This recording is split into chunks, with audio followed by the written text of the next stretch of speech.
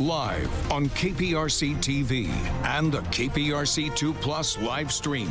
The news starts now. Right now at noon, following the evidence, Houston police working to piece together a timeline of where Rudy Farias has been during the past 8 years and what they say he told them in an interview yesterday. With him yesterday, it was discovered that Rudy returned home the following day on March 8th, 2015. Several new developments coming out of that news conference with Houston police investigators. Good afternoon and thank you for joining us. I'm Andy Sirota. And I'm Haley Hernandez in for Lisa. Houston police say right now Rudy Farias is safe and with his mother by choice. KPRC2 investigator Mario Diaz is live at HPD headquarters with what else we're learning about the case. Mario?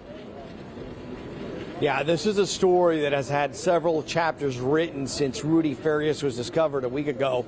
And now we have the latest chapter being written behind me here at HPD headquarters in the last hour with this news conference where it was revealed that Rudy Farias, the day after he disappeared 8 years ago, returned to his home. He has been with his mother the entire time, according to HPD. HPD also revealing that they have had contacts with Rudy Farias over the years, as well as his mother. But during those actions that they had with them, Farias and his mother used fictitious names. They also said that Rudy, on occasion, when they came across him, used a fictitious name. It was an intriguing news conference, to say the least, considering everything that has gone on to this case in recent days. However, HPD made it very clear that he is with his mother by choice. They're treating him as an adult, and this has been a case of an adult that went missing but eventually returned home. And as for stiff charges tied to this case, well, they're continuing to investigate. Here's a bit of how the news conference went. I will tell you that Chief Finner made it very clear that his department is not done investigating this case. They did reach out to the DA's office yesterday afternoon. However, they were unable to file any charges on this case. There was no probable cause, is what we're hearing from the department. Again, the case remains under investigation, but there are many, many people, including Rudy's family, who is standing right behind me here. As you can see, they've been addressing the media for the last 20 minutes about what has happened. They say they want justice.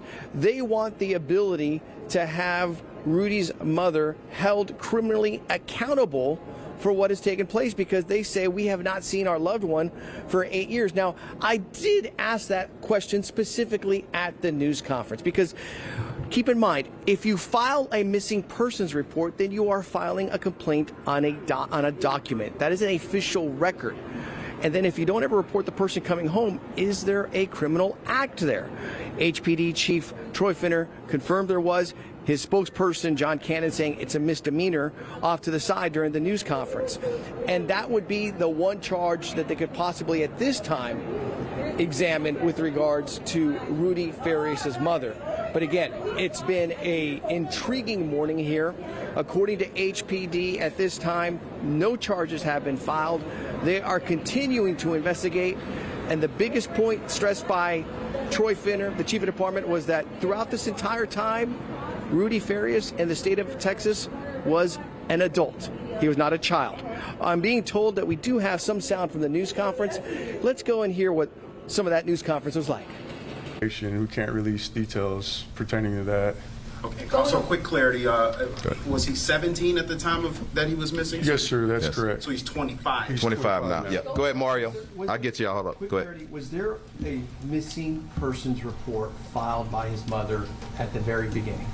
That was in March 7th of 2015. So there was a missing persons report that was filed. Correct. And so this is what I'm asking on this end. Could the mother be detained for filing a missing persons report and never once informing HPD that he came home? Yes, she could be reported or detained That offense is a Class C misdemeanor, which is similar to a traffic citation. Right. He's a grown man. 20. Listen to what I'm saying. If you want me to answer, no, he was an adult, 17. Hold up, okay. Not confrontational. I respect what everybody does, okay. But 17 years old. That's an adult in the state of Texas, okay. A lot of things that we shared up here. So we're going to work our way through it. It takes a little while. There's a lot of development still, even last night, okay? We know that. Everything's coming up. We're going to investigate it. The integrity is going to stay in place. We're going to treat him the same as any other person that comes through.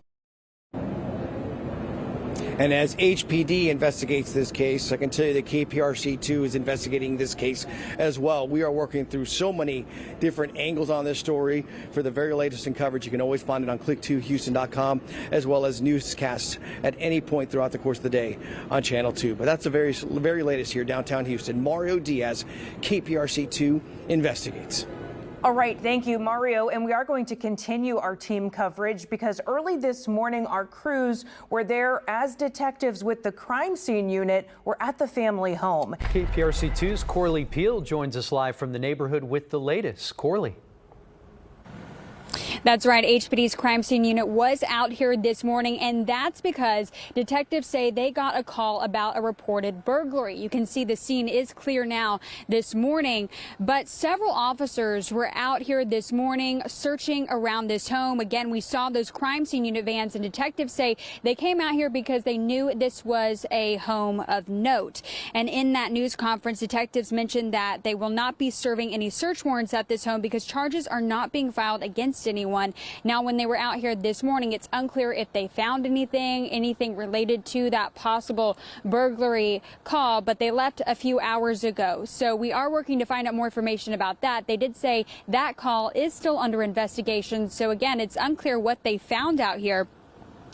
But at this time, it's unclear where Farias and his mother may be. But it was interesting because, again, detectives during that news conference, they mentioned that Rudy, he was last seen walking his two dogs on March 6th, 2015. But 2 days later, he came back to this home and he hasn't been missing since. He's been here the whole entire time. So we're working to find out more information about that. But I also did try to call Farias's mother this morning.